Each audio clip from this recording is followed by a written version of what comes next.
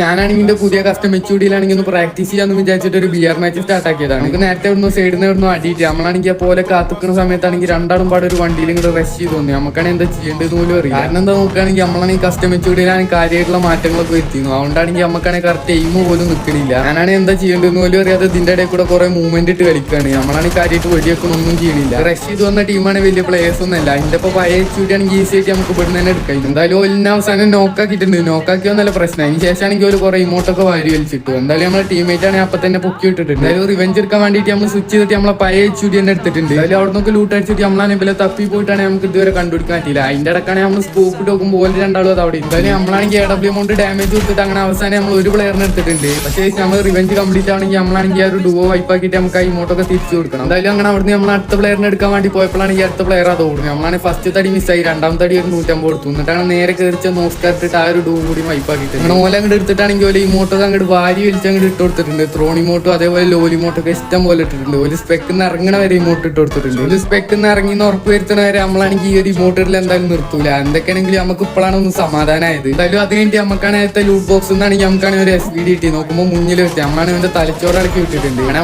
മറ്റവനെയും കൂടി one tap അടിക്കാൻ നോക്കിയിട്ട് അവസാനം കിഴപ്പ് കെട്ടിയിട്ട് നമുക്ക് ഇതായി അവസ്ഥ.